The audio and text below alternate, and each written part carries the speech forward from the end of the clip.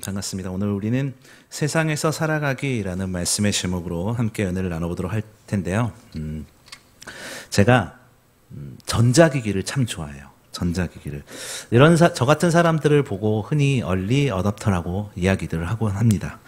얼리 어댑터라는 말뜻은 변화에 민감하고 또 관심 분야에서 남보다 앞서서 더 많은 정보를 얻는 것에 그 기쁨과 쾌감을 느끼는 사람들. 이런 사람들을 얼리 어댑터라고 얘기를 합니다. 그런데 무조건 신제품이나 이런 걸 좋아하는 건 아니고 얼리 어댑터의 굉장히 큰 특징은 선택적이라는 거죠. 선택적 구매를 통해서 자신의 기쁨을 채우는 사람들이 얼리 어댑터라는 얘기예요.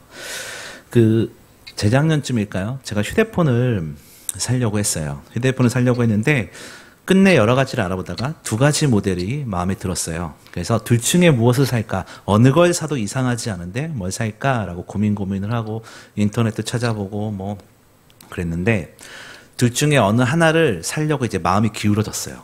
그런데 이거를 그래도 사야 되나 말아야 되나 하는 저를 끝까지 괴롭히는 이 결정장애가 어떻게 하지 고민을 하고 있었어요. 그래서 교회 와서 사무실에서나 이렇게 사람들한테 물어봤어요. 근데 제가 이 마음에 기울어진 이 어떤 걸 살려고 하는 것에 그거 참 좋아 라고 하는 사람들이 있더라고요. 그러니까 제가 그 사람들만 이 말을 듣는 거예요. 이제 그렇지, 역시 내가 선택을 잘했어. 너도 그렇게 생각하지? 이러면서. 그래서 그걸 구매해서 지금도 잘 쓰고 있습니다. 즉 내가 듣고 싶어 하는 말을 해주는 사람들을 제가 믿은 거죠. 제 말에 동의해주는 사람들과 정보를 공유하면서 만족감을 누린 것입니다. 이런 것들을 전문 용어로 확증 편향이라고 이야기를 해요. 좀 어려운 말인데 보고 싶은 것만 보고, 쉽게 얘기를 하면 보고 싶은 것만 보고 듣고 싶은 것만 듣는 사람, 이런 사람들을 확증 편향이라고 이야기를 합니다. 1941년에 일본이 선전포고 없이 하와이의 진주만을 공격했던 사건을 우리는 잘 알고 있습니다. 이때 미국이 7척의 전함 중에서 5척을 잃고 항공기가 200개 가량 잃었던 사건이 있었습니다. 그런데 미국은 진주만 공격 2주 전부터 일본이 자신들의 진주만 하와이를 공격할 거라는 것을 정보를 들었다고 합니다. 그런데 중요한 건 그 경고를 받았음에도 불구하고 그 실무자가 그것을 잊어버렸던 거예요. 그리고 패싱해버렸던 거예요. 무시해버렸다는 겁니다. 남태평양 한가운데 있는 진주만은 안전할 거라는 잘못된 확신에서 비롯된 것이었습니다. 그래서 그 잘못된 확신을 점점 더 강화하고자 자신의 뜻과 맞는, 자신의 마음에만 맞는 이야기를 해주는 사람들만 이야기를 들으며 확신했다가 아무 대비도 하지 못하고 일본의 그 진주만 폭격이라는 대참사가 일어나게 된 겁니다. 이런 것을 확증 편향이라고 이야기를 해요. 이런 확증 편향의 사건은 비단 이런 시사적인, 세계사적인 영역에서만 나타나는 것은 아니에요. 이런 확증 편향의 사건은 우리 삶에서도 일어납니다.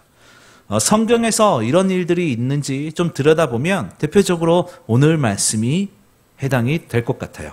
오늘 본문의 배경을 좀 들여다보면 이스라엘이 사사시대에서 왕정시대로 넘어가는 그 과도기에 있는 상황입니다. 우리가 읽지는 않았지만 8장 1절을 보면 뭐라고 되어 있냐면 사무엘이 늙음에 그 아들들로 이스라엘 사사를 삼으니 라고 하고 있어요.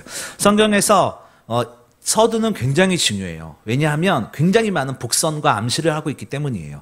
그래서 오늘 8장 1절에서도 사무엘의 늙음에 그 아들로 이스라엘 사사를 삼으니 라고 하면서 세대가 바뀌어 간다거나 무언가 문제가 일어난다거나 어떤 이슈가 생긴다라는 것을 1절에서 못 받고 시작하고 있다는 거예요. 우리가 알지만 좀 불길한 복선이에요. 큰 상 같은 사무엘이 자신의 일을 마무리할 시점이 온 거예요. 그는 자신들의 아들을 사사로 세워서 이스라엘을 이끌어 가려고 했습니다. 그런데 사무엘의 아들들은 아버지 사무엘과 같지는 않았던 것 같습니다. 돈을 탐하기도 하고 뇌물을 받고 재판의 업무를 공정하게 하지 않았던 것입니다. 사사의 중요한 역할 중에 하나가 바로 재판이에요. 재판.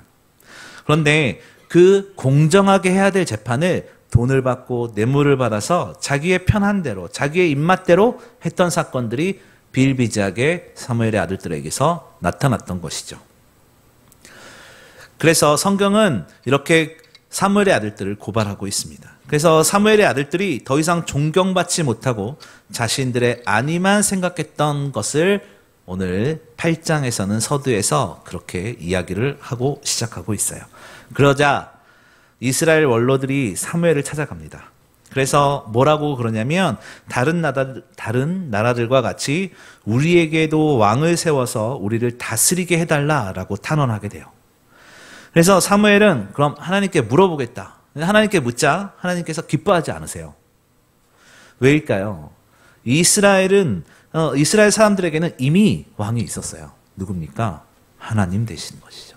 하나님께서 이미 그들의 왕이셨는데 사람들은 하나님이 아니라 보이는 왕을 달라고 했던 거예요. 하나님께서는 사무엘을 통해 보이는 왕을 세우게 되면 어떠한 일들이 벌어지는지 우리가 읽진 않았지만 앞에 본문 앞까지인 11절부터 18절까지 자세히 기록되어져 있습니다. 이 말을 들은 이스라엘 백성들은 아 그렇군요. 하나님이 기뻐하지 않으시군요. 라고 하면서 그 생각들을 멈췄어야 되는 건데 마음을 돌렸어야 되는 건데 그럼에도 불구하고 왕을 세워달라고 계속해서 탄원하게 돼요. 그래서 오늘 본문 19절을 보면 백성이 사무엘 말 듣기를 거절하여 이렇게 말을 합니다.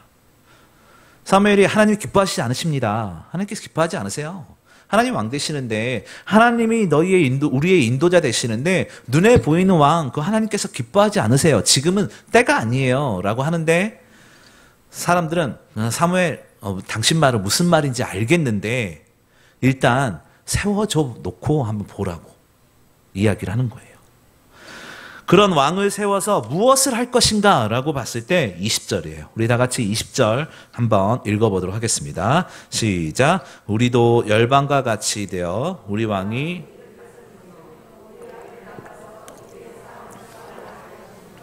아멘. 네. 그런데 이상한 점이 좀 눈에 띄어요. 우리가 성경 그 사사기서를 통해서 사무엘 앞에 있는 사무엘 사사기서를 통해서 알 수 있듯이 그들이 전쟁에 나가서 이겼던 것은 왕이 있어서가 아니었어요. 보이는 왕이 있어서 아니었던 거예요. 애굽에서 출애굽을 했을 때를 좀 생각해 보죠. 광야에서 유랑하는 이스라엘 백성들을 한번 생각해 보면 유랑하는 이스라엘 백성들에게 좋은 무기 없었을 겁니다. 최첨단의 무기 없었을 거예요. 그 광야에서 유랑하는 이스라엘 백성들 천해와 같은 요새 천만의 말씀이에요. 그들은 돌아다녔기 때문에 성벽을 쌓을 수도 없었을 거예요. 1년, 몇 달 이렇게 머물 수는 있었지만 그들은 구름 기둥과 불 기둥이 이동하면 따라 움직였기 때문에 그들에게 천해와 같은 요새가 당연히 없었을 거예요. 그렇다고 그 용병들, 힘이 좋은 싸움을 잘하는 용병들 아니 없었을 거예요. 그들에게는 오히려 유부녀들, 아이들 엄청 많았거든요. 그러니까 그들에게는 사실 가만히 보면 주변의 강력한 국가들이 양으로 보나 질로도 보나 이스라엘은 상대가 되는 사람들이 아니었거든요. 전쟁을 붙으면 당연히 우리가 일반적으로 볼 때 당연히 이스라엘은 전쟁에 지게 되어 있는 상황이었어요. 그런데 그럼에도 불구하고 하나님께서 약속의 땅인 가나안까지 수많은 역경을 해치고 전쟁에서 승리하고 헤쳐나가고 먹이고 입히고 하시면서 하나님께서 그들을 가나안에 들여보내셨어요. 이곳은 그들이 잘나서 첨단의 무기를 갖고 있어서 아니면 튼튼한 요새를 갖고 있어서가 아니라 하나님의 은혜였다는 것이죠. 하나님께서 이스라엘을 대신해 싸우셨고 그들을 이끌어 가시는 것이었습니다. 그런데 오늘 본문에서 이스라엘 사람들은 하나님 말고 보이지 않는 왕 말고 보이는 왕을 달라고 해요. 사사기서를 보면 이스라엘이 범죄하고 회개하고 하나님께서도 사사를 보내주셔서 구원하고 또다시 평안해지면 이스라엘이 범죄하고 또 어려운 일 당하니까 회개하고 또 구원받고 이런 반복적인 패턴들이 사사기서를 계속해서 돌리고 있거든요. 그때 살았던 사람들이 바로 이 사람들이에요. 그래서 사사기서는 이스라엘 사람들을 뭐라고 이야기를 하냐면 자기의 소견에 옳은 대로 행했던 사람들. 요즘 말로 얘기하면 네 맘대로 했던 사람들. 내 맘대로 했던 사람들. 내 맘대로 살았던 사람들. 사사시대 사람들이에요. 우리에게도 시사하는 게 있습니다. 좀 더 보도록 할게요. 그래서 사사기는 이스라엘 사람들이 자기의 소견에 옳은 대로 행했던 시대, 그때라고 성경을 보는 우리들에게 알려주고 있습니다. 우리가 주의 깊게 생각해야 될 것은 그들이 주변 나라의 괴롭힘을 받았던 것은 왕이 없어서가 아니었어요. 사사기를 보면 그들이 괴로움과 어려움을 당했던 것은 그들이 강력한 최첨단의 무기가 없어서가 아니라, 그들이 보이는 강력한 왕이 없어서가 아니라 죄 때문이었어요. 사사기서를 보면 여호와의 목전에서 악을 행했더라, 이렇게 얘기를 하고 있어요. 죄 때문에. 그들의 괴로움은 죄로부터 시작했다는 거예요. 그들의 어려움은 죄로부터 시작했다는 겁니다. 이스라엘 사람들은 자신의 죄가 원인이 아니라 왕이 없어서다라고 항변하고 있는 거예요. 여러분 어떠세요? 이런 어려움들, 괴로움들 당할 때 이스라엘 백성들은 어떤 행동을 했어야 되겠습니까? 바로 자신들의 죄를 하나님 앞에 회개하는 과정이 먼저 필요했던 거거든요. 자신들의 연약함을 하나님 앞에 내어 맡기고, 우리의 왕 되신 하나님, 우리를 도와주시고 우리를 인도해 주세요. 하나님이 아니면 안 됩니다. 내 마음대로가 아니라 하나님 뜻대로 살게 해달라고 회개하고 기도했어야 되는 건데, 이들은 왕을 세워달라고 이야기를 하는 거예요. 그 사람들은 하나님 앞에 엎드리기보다 주변 열방들과 같이 이런 모습들을 갖기를 원했던 것 같습니다. 왕이 있으면 더 강해질 것 같고, 왕이 있으면 다른 나라의 침략도 안 받을 것 같아서 그 마음이 더 앞섰던 것 같아요. 우리가 읽었지만 20절을 보면 우리도 열방과 같이 되어 우리 왕이 우리를 다스리며 우리 앞에 나가서 우리의 싸움을 싸워줘야 할 것인다 라고 이야기를 하잖아요. 이스라엘 백성들은 전쟁을 하려면 왕이 있어야 왕을 앞세우고 나아가서 전쟁을 하지 않겠습니까? 라고 이야기를 하는 것이에요. 결국 이들의 마음속에 뭐예요? 하나님보다 더 중요한 것들을 가지고 있는 것이죠. 우리는 이것을 불신앙이라고 이야기를 해요. 그들 마음 가운데 그들의 삶을 인도하시는 하나님보다 다른 것을 추구하는 그 불신앙이 아주 뿌리 깊게 있었던 겁니다. 이미 수많은 세월 동안 하나님께서 그들을 지켜주시고 그들을 구원하시고 그들의 왕이 되어주셨는데, 지금 그들은 하나님보다 주변의 나라들을 보며 그들처럼 하면 강해질 것이다 라고 믿었던 그 불신앙이 그들 마음속에 있었던 겁니다. 그들처럼 하면 뭔가 될 것 같고, 그들처럼 하면 강해질 것 같고, 그들처럼 하면 풍성해질 것 같은 이런 이 확증 편향적인 마음이 그들 마음 가운데 있었던 것이죠. 우리가 성경을 통해서 알듯이 결국 왕이 세워지죠. 사울 왕이 세워지는데, 사울 왕이 세워진 이후를 쭉 한번 살펴보면 이스라엘이 온전한 왕이 세워져서 그 쭉 통치가 되어지면서 이스라엘이 더욱더 하나 되어서 강대국이 되지 못했어요. 오히려 그 나라는 분열이 됩니다. 그리고 나라가 망해서 민족이 포로 생활까지 한 것을 우리는 성경을 통해서 알고 있습니다. 이 땅의 것이 그런 것이에요. 우리는 당장 내 앞에 있는 문제가 내 방식대로 해결되면 뭔가 잘한 것처럼, 성공한 것처럼, 잘된 것처럼, 뭔가 잘 흘러가는 것처럼, 내 뜻대로 되니까, 뭔가 세상의 모든 것이 잘 풀려가는 것처럼, 내가 속한 모든 것들이 잘 풀려가는 것처럼 생각할 수 있다는 겁니다. 그런데 우리가 한번 생각을 해보시길 바라요. 이 땅의 것은 절대 영원한 것이 없어요. 우리가 생각하는 것들도 영원한 것이 아니에요. 우리가 필요한 것들도 영원한 것이 아닙니다. 그런데 우리는 그 영원하지 않은 것을 놓고 우리는 되니 안 되니 하면서 씨름하며 눈물 흘리고 있는 겁니다. 여러분, 예수님을 한번 돌이켜 보시기를 바라요. 예수님께서는 공생의 기간 동안 정말 수많은 이적을 일으키셨어요.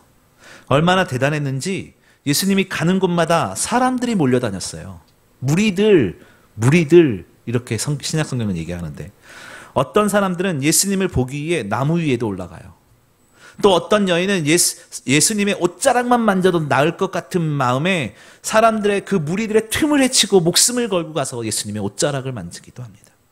또 어떤 사람은 사람들이 너무 많아서 예수님이 자기를 보지 못할 것 같아서 다윗의 자손 예수여라고 소리치며 예수님의 시선을 끌기도 합니다. 그런데 그 놀라운 일들을 일으켰던 예수님이 어떻게 됐어요? 죽으셨잖아요.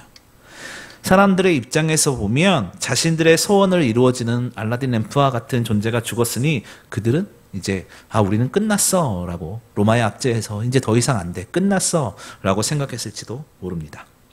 심지어 예수님의 제자들도 끝났다고 포기했잖아요. 뿔뿔이 흩어졌어요. 도마를 보세요.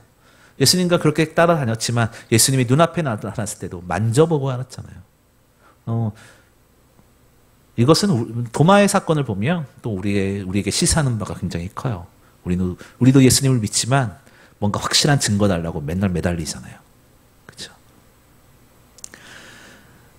하나님께서는 변치 않으시는데 우리는 뭔가 확인하려고 내 뜻대로 움직여달라고 내 원하는 대로 해달라고 조를 때가 참 많은 것 같습니다. 예수님은 십자가에 죽으셨어요. 그리고 어떻게 되셨나요? 다시 사셨습니다. 3일 만에. 그래서 기독교는 부활의 종교이다라고 말하는 것은 다른 것이 아니에요. 그 부활은 새로운 시작을 이야기하는 것이고 또 믿는 자들에 대한 소망이에요. 십자가가 왜 우리에게 소망이 되는 것일까요? 우리에 대한 소망이기 때문이에요. 이 땅을 고되게 살아가는, 힘들게 살아가는 하나님의 말씀대로 살려고 몸부림치는 우리들에게 소망되어 주시기 때문이에요. 그래서 부활이 그만큼 귀하고 소중한 거예요. 이 땅을 살아가는 우리들은 내가 보고 싶은 대로, 내가 믿고 싶은 대로 사는 연약함이 우리 안에 있습니다. 여러분, 믿음이 무엇일까요? 믿음은 보이지 않는 길을 가는 겁니다. 며칠 전에 TV를 보았는데요. TV를 많이 보진 않지만 우연찮게 딱 틀었는데 그 로봇공학 박사인 데니스 홍이라고 혹시 아시는 분이 있을지는 모르겠어요. 근데 그분이 가장 최근에 가장 보람 있는 개발이 무엇이었느냐라고 사회자가 질문을 했더니 그분이 뭐라고 그러냐면 시각장애인들이 운전하는 자동차를 개발한 게 가장 뜻깊었대요. 상상해 가세요. 앞이 안 보이는데 운전을 한대요. 앞이 안 보이는데 뭐 여러 가지 센서들을 통해서 알려주는 거긴 하지만 앞이 안 보이는데 도로를 운전을 한대요. 데니스 홍이라는 그 박사님이 개발을 했더라고요. 믿음이란 그걸 보면서 그 생각했어요. 믿음이란 그런 것 같다. 믿음이란 내 앞이 보이지 않지만 내 앞이 어디로 가야 될지 모르겠고 캄캄하지만 가는 거예요. 살아내는 거예요. 어떻게? 주님을 의지해서. 내가 믿고 싶은 대로가 아니라 내가 보고 싶은 대로가 아니라 내 삶의 왕 되신 하나님을 의지해서 하나님의 계획에 내 삶을 맡기는 거예요.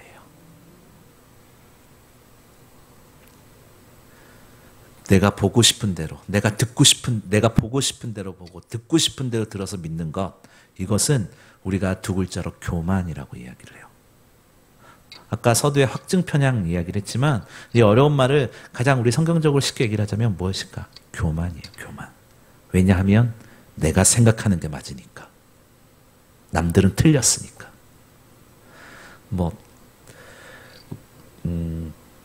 그래서 우리는 어떻게 살아야 되느냐? 앞이 캄캄하지만 어떻게 살아야 될지 모르지만 어디로 가야 될지 모르지만 내 인생의 운전대를 붙들고 있을 때 내가 하루하루 살아갈 때 하나님을 의지해서 앞이 캄캄하지만 그 주님의 하나님의 계획에 내 삶을 얹혀서 가는 거라니까요. 그래서 앞이 보이진 않지만 가는 거예요. 살아내는 거예요. 우리가 오늘 저녁에 내일 무슨 일이 생길지 어떻게 알아요? 제가 사실은 다정하지 않는데 유 목사님이 다정한 사람이라고 얘기를 하셔가지고 교회에서 오늘 어제 금요일 오늘 하루 종일 제가 되게 스윗한 남자가 됐어요. 네. 아내가 어떻게 생각하는지는 제가 얘기하지 않아요. 네, 제가 믿고 싶은 대로 믿는 거잖아요. 그래, 역시 난 다정한 사람이야. 네. 믿음이란 내가 믿고 싶은 대로 믿는 게 아니라 내가 희망하는 대로 믿는 게 아니라 보이지 않는 거 가는 길이에요. 보이지 않는 길 가는 거라니까요.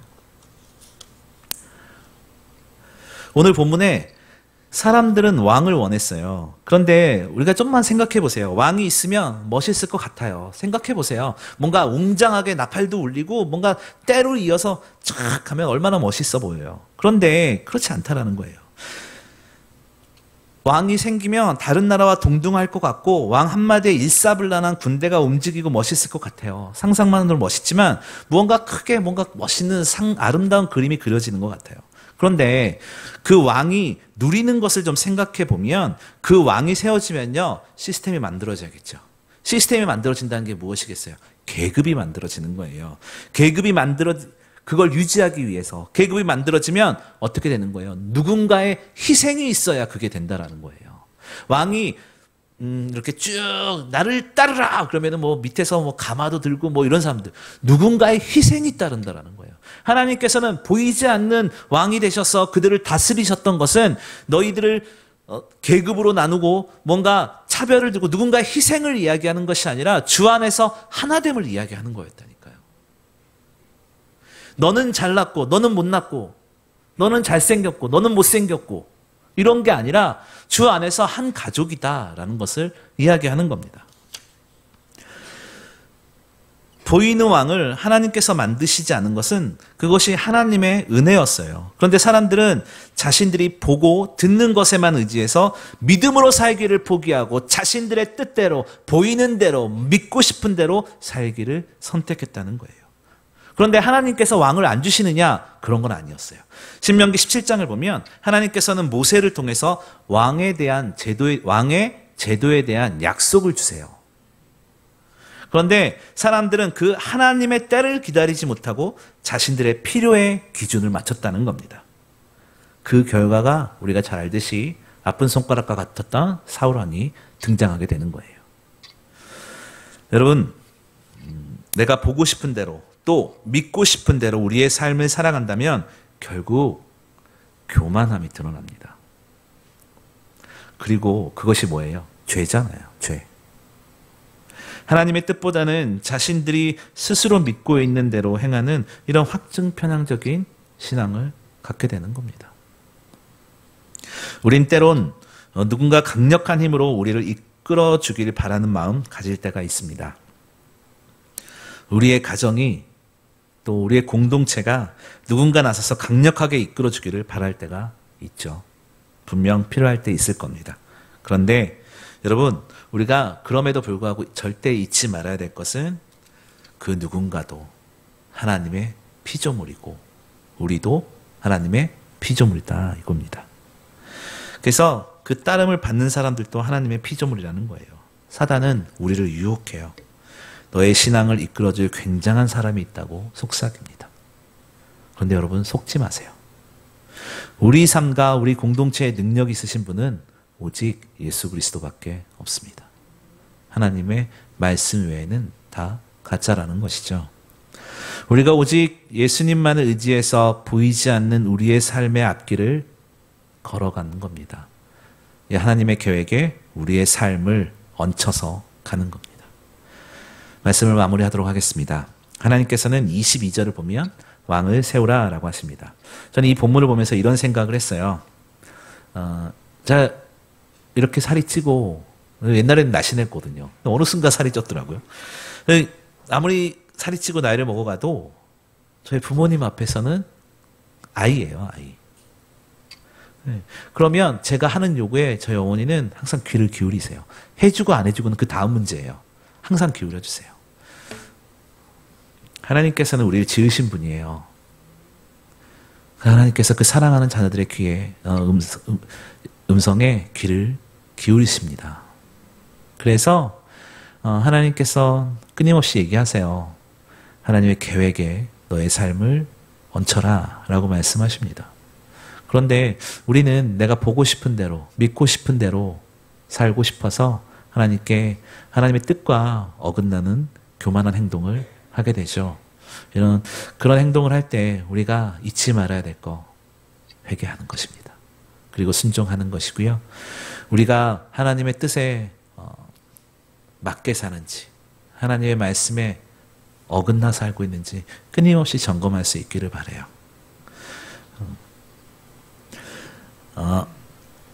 요한복음 14장 18절을 보면 내가 너희를 고아와 같이 버려두지 아니하고 너희에게로 오리라 라고 하십니다. 절대 주님께서는 우리를 그냥 두시지 않는다는 거예요. 주님 다시 오시잖아요. 주님 다시 오십니다. 되게 아멘이 크게 나올 줄 알았는데 주님은 다시 오세요. 네. 여러분들이 아멘 하지 않으셔도 주님은 오십니다. 우리는 그냥 하나님께서 걸으라고 한 그 신앙의 길을 따라 걸어가면 되는 것입니다. 내가 보는 대로 듣는 대로가 아니라 하나님의 말씀대로 살아가는 저와 여러분이 되시기를 주님의 이름으로 소망합니다. 우리 기도